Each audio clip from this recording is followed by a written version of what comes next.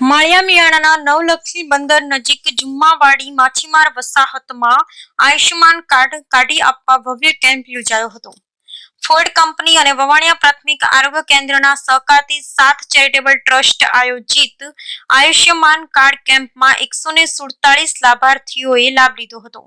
માળિયા મિયાણા તાલુકાના નવલખી બંદર નજીક માછીમારી કરી ઘરનું ગુજરાન ચલાવતા ગરીબ માછીમારોને સરકારશ્રીના યોજનાનો લાભ મળી રહે તેવા હેતુથી જુમ્માવાડી માછીમાર વસાહતમાં ફોર્ડ કંપની અને વવાણિયા પ્રાથમિક આરોગ્ય કેન્દ્રની ટીમના સહકારથી 7 ચેરિટેબલ ટ્રસ્ટ આયોજિત આયુષ્યમાન કાર્ડ કાઢી આપવા માટેના કેમ્પમાં 147 જેટલા ગરીબ માછીમાર પરિવારે લાભ લીધો હતો.